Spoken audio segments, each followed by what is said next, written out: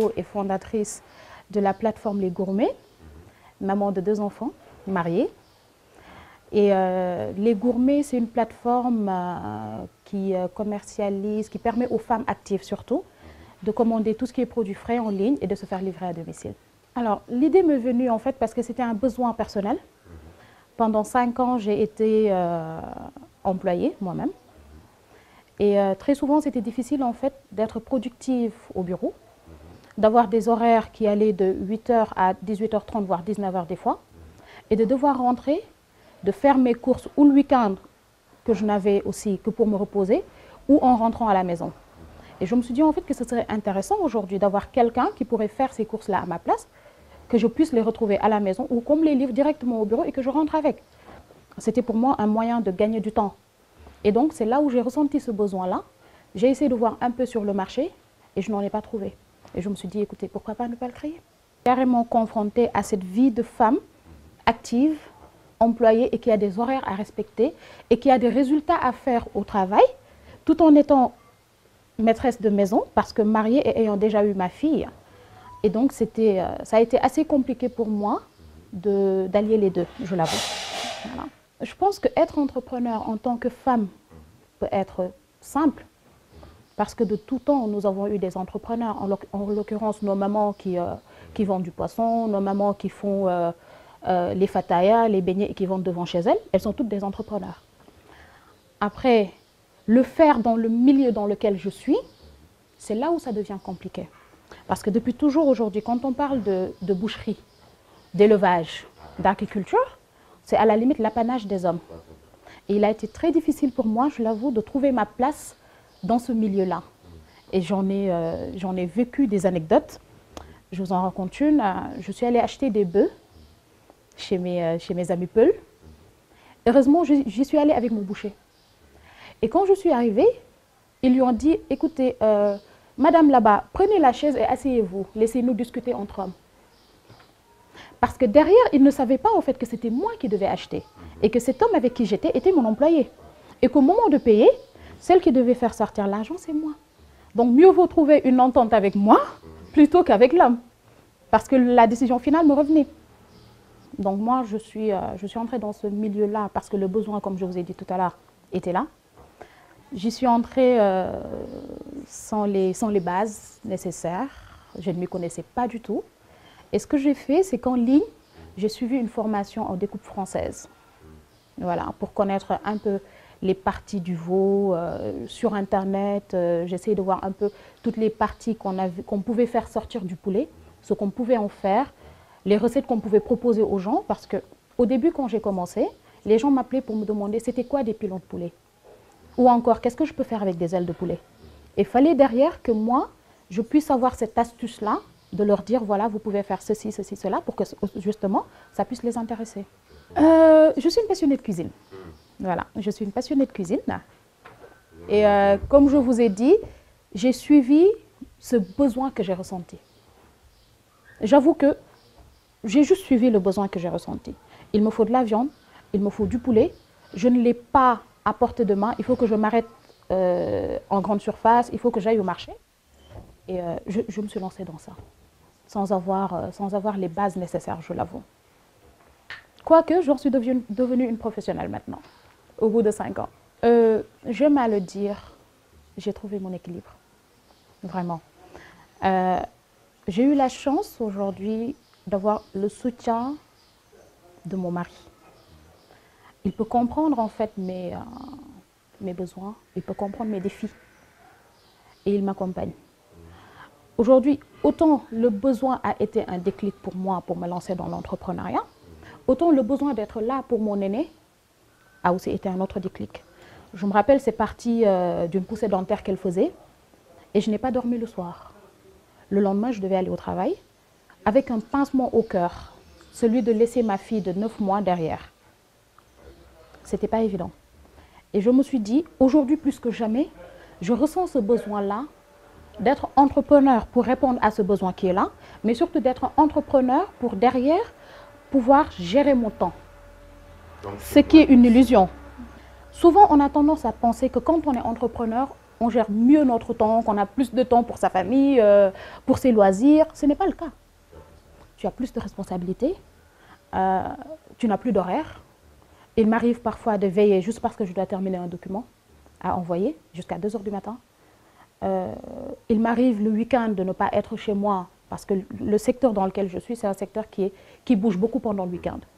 Donc, c'était une illusion. Certes, il y a le revers de la médaille. Hein. J'arrive quand même à être là quand il le faut. Mais ça, c'est un travail sur le long terme. La première chose, c'est justement de l'appeler leadership féminin. C'est cette stigmatisation que l'on fait pour les femmes. Journée de la femme, formation juste pour les femmes, parce que c'est une femme, elle a droit à ceci. Non. Pour moi, en fait, le premier combat que l'on devrait mener, c'est qu'on nous mette au même pied d'égalité que les femmes, que les hommes. Voilà, que l'on cesse de dire femme, femme, femme, développement des femmes, entrepreneuriat des femmes. C'est bien qu'on mette l'accent là-dessus, mais qu'on ne ressente pas vraiment une différence ou bien qu'on ne stigmatise vraiment pas ce sujet-là pour que ça soit quelque chose qui fasse rebondir les gens comme ça. Pour moi, c'est le premier obstacle. Et cela, c'est notre combat à nous.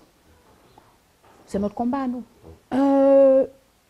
Célébrer, je dirais que c'est trop dire. Pour moi, en fait, on devrait penser aujourd'hui, le 8 mars devrait être une journée où effectivement on magnifierait des femmes qui ont réussi, mais sans pour autant que ça soit un exploit. C'est pas parce qu'une femme a fait quelque chose qu'un homme aurait pu faire qu'on devrait, je sais pas, en faire une fête nationale. Parce qu'aujourd'hui, cela va en l'encontre en fait de cette parité-là dont nous parlons tout le temps. Non, les inégalités sont réelles. Alors du coup, aujourd'hui, pour moi, le combat, c'est ça.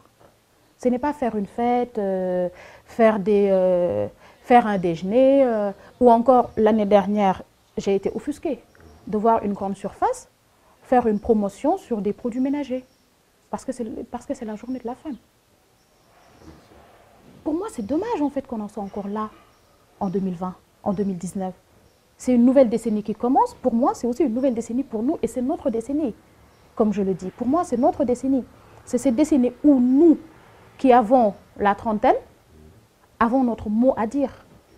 Les choses reposent entre nos mains, donc c'est à nous de changer aujourd'hui la donne. Non, moi je pense qu'il y a quand même eu des avancées, il y a eu des combats qui ont été menés, il y a eu des résultats qu'on a quand même vus. Aujourd'hui, plus qu'avant, on peut mettre une femme à la tête d'un organisme, même international. Je ne peux pas dire que l'on a régressé. Non, pour moi, nous sommes quand même en train de faire de grands pas en avant, mais il faut aujourd'hui se fixer des objectifs et se dire que nous allons là et laisser certaines choses. D'accord, nous avons fait de grands pas, mais on n'est pas encore sorti des chantiers où les femmes font encore une fête pour le 8 mars, où les femmes font encore des baptêmes où elles mettent des millions qu'elles ont eu du mal à avoir quand même. Là où les hommes, quand ils ont un 20 millions, 25 millions, pensent immobilier, nous, quand on a un 20 millions, un 10 millions, 15 millions, nous pensons baptême ou au mariage. Il y a un problème. Pour moi, il n'y a pas ce plafond de verre là. Ce plafond, nous l'avons créé nous-mêmes. Ouais. Parce qu'en fait, nous avons les mêmes aptitudes que les hommes. Et je pense que j'en suis la preuve. Aujourd'hui, quand je me retrouve dans un milieu typiquement masculin, où j'ai pu me faire ma place, je pense que c'est un plafond en fait, que nous nous créons nous-mêmes. C'est comme un mirage. Ce plafond n'existe pas. Bien sûr, si on se dit qu'il y a une limite, on n'essaiera jamais d'aller au-delà.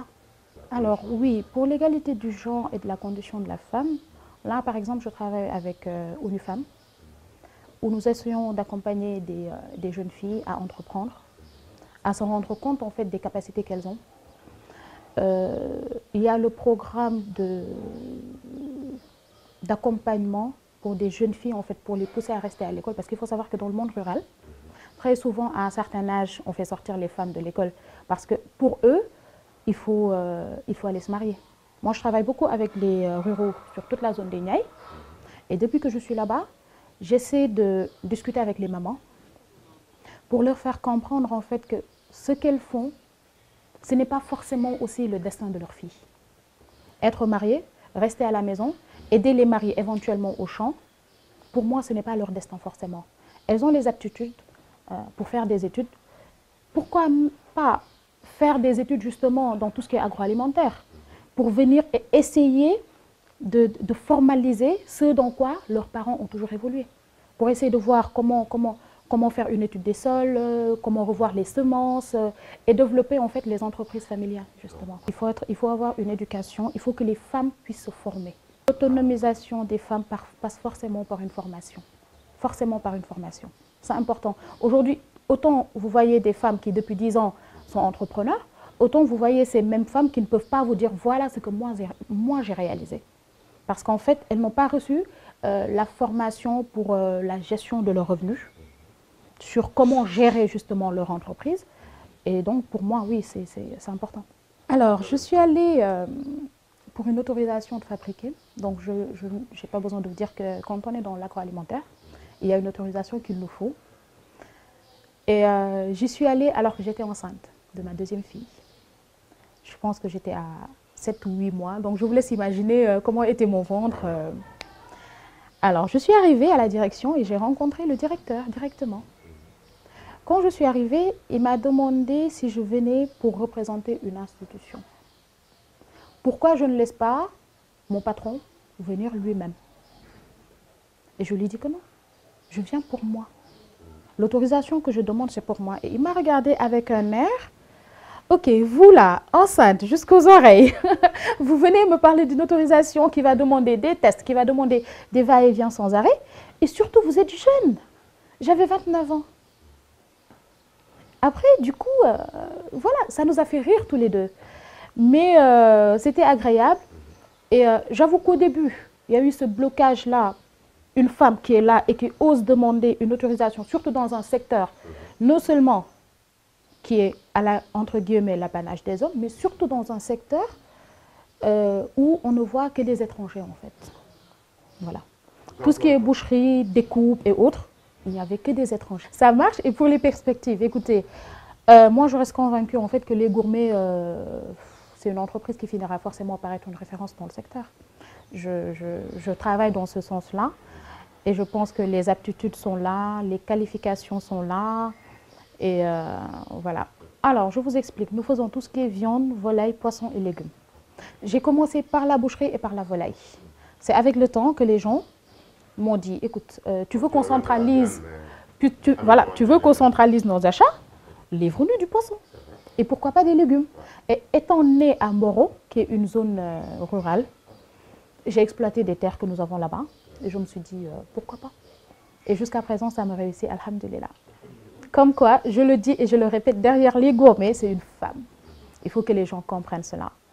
Pas mal de personnes pensent que derrière les gourmets, c'est un homme. Mais non, c'est une femme qui fait travailler les hommes et qui s'en sort. Voilà.